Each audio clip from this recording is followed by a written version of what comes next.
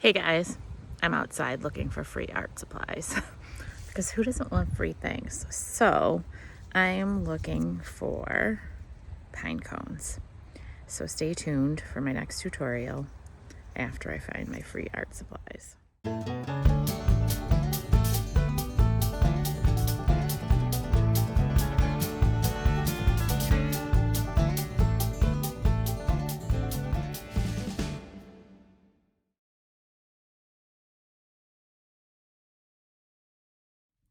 Okay, so now that I gathered my free art supplies, which were a variety of pine cones in different shapes and sizes because I'm not sure what's going to work yet, I'm going to set out to make a fall mini pine cone gnome because they're so popular right now. I needed a few other things. So I tend to look around the house. I'm a collector of lots of art supplies, but creativity is what is key here. So see what you have around the house. I had these little wood pieces left over from a project, so I'm going to use that as the base. I'm going to use a little wooden button for the nose. You could use a regular button. You could use a little pom-pom. I have some fall embellishments because I'm going to make a fall gnome, but you could make any themed gnome. And I have a fabric scrap. And then I have some yarn. I'm not sure what color I'm going to do his beard yet, but I'm going to choose one of these colors here that I had scraps left over. And then I also need a circle to trace so that I can make his hat. So I have a plate and a bowl, and I'm going to see which one works.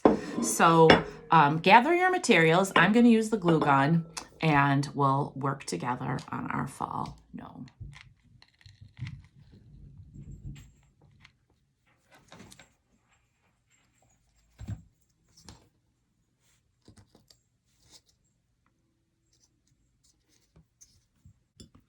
So I decided that the plate would work best for the size of gnome hat that I'd like to do.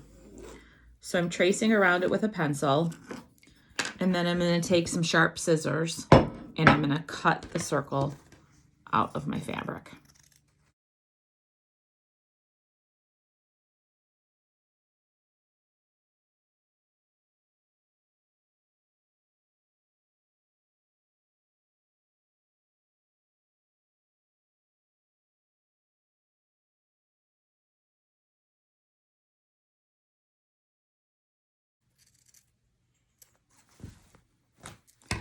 To make a cone-shaped hat, you actually only need 1/4 of the circle. So I'm going to take my cut circle and I'm going to fold it and I'm going to cut it on the fold. And then I'll take my half circle and I'll fold that in half and I'll cut that along the fold. That means out of one circle, you could get 4 gnome hats. And then to create your hat, I'm just simply going to put some glue, and I'm using hot glue. Put some glue along the edge and fold it over.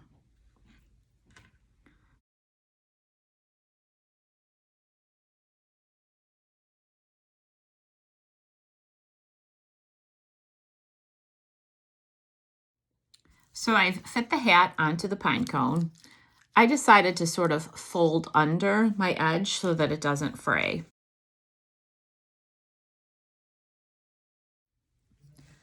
To make the beard, I'm going to take my hand and my yarn, and I'm going to use all 4 fingers, and I'm going to wrap the yarn around just loosely.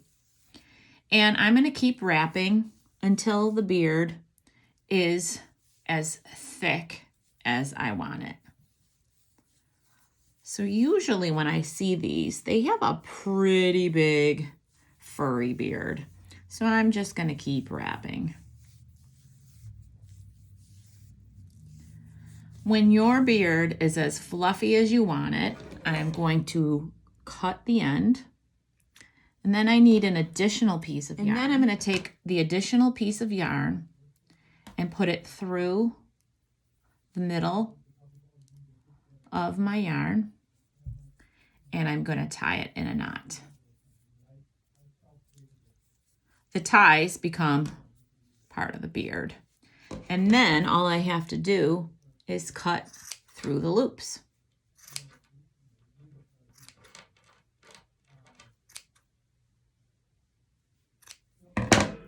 And there it is.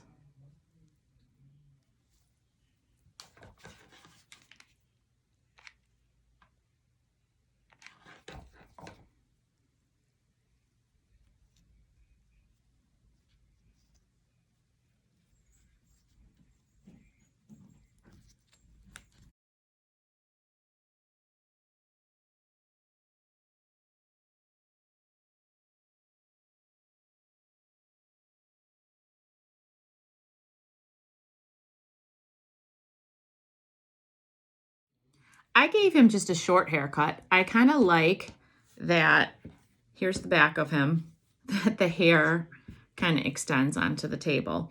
But you can do it however you like. And now right where the middle of his beard is, that's where his nose is going to go. It'll help hide the tie in the yarn.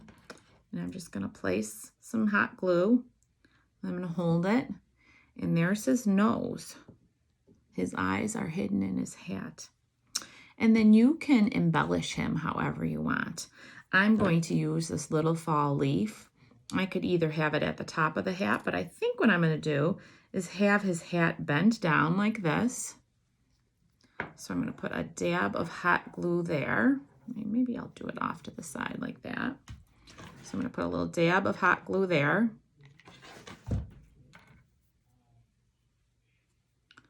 And my glue went a little over, but that's okay because that's where I am going to place the little small fall leaf.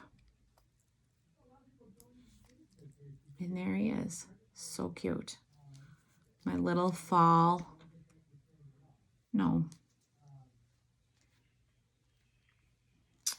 Now I could see myself going crazy with these and making a whole bunch of them, like a whole family of them, but y'all know how Miss Neville is. All right. I hope that if you make one of these, you'll share it with me so I can see all your creations.